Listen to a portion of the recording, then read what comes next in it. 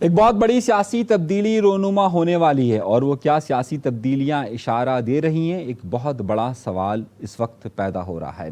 کراچی کی سیاست میں جہاں پر تبدیلیاں ہوئیں، جہاں پر آپ نے گزشتہ 5 سال دیکھا ہوگا کہ ان کے مسائل کے لیے بہت زیادہ باتیں کی گئی، جماعت اسلامی اپنے آپ کی طاقت ظاہر کرتی رہی، لیکن جب سے حافظ نعیم الرحمان صاحب یہاں سے گئے، اب جماعت اسلامی کراچی کے موضوعات پر آپ کو اس طریقے سے نظر نہیں آ رہی۔ NQM پاکستان کے متعلق یہ کہا جا رہا تھا کہ جناب وہ حکومتوں میں پہنچے گی، اقتدار کے ایوانوں تک پہنچے گی تو وہ بہت کچھ ڈیلیور کرے گی، لیکن 4 مہینے کے اندر ان کی طرف سے کوئی ایسا پروجیکٹ نظر نہیں آ رہا۔ مگر ہو کیا رہا؟ اس وقت بہت سارے لوگ سیاست میں عملداری اپنی بڑھانے کی طرف جا رہے ہیں۔ وقت کے ساتھ ساتھ آپ دیکھ رہے ہوں گے کہ عشرت العباد صاحب جو کہ اس وقت دبئی میں مقیم ہیں، ان کی سیاست میں تیزی آ رہی ہے۔ پچھلے دنوں انہوں نے جہاں صحافیوں سے گفتگو کی تھی، اس کے بعد بدین میں ہونے والا ان کا مظاہرہ اور پھر آئندہ ان کے مظاہرے یا پھر آئندہ چل کر ان کی سیاسی سرگرمیاں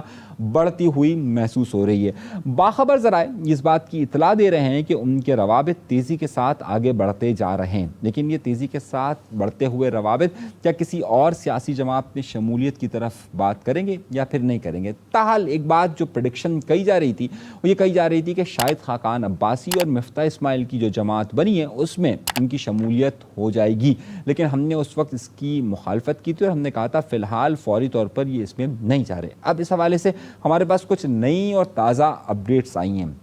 اور اپڈیٹس یہ ہیں کہ عشرت العباد صاحب اس وقت خاص طور پر پاکستان کی سیاسی سرگرمیوں میں اپنی عملداری کو یا پھر اپنے آپ کو انوالو کرتے جا رہے ہیں۔ آئندہ دنوں کے اندر کراچی میں اس حوالے سے بہت ساری سیاسی سرگرمیاں ہمیں نظر آ رہی، نہ صرف کراچی میں بلکہ پورے سندھ کے اندر نظر آتی ہوئی محسوس ہو رہی ہے۔ کئی لوگ ایسے ہیں کہ جنہوں نے باقاعدہ عشرت العباد صاحب سے رابطہ کیا ہے اور عشرت العباد صاحب کے ساتھ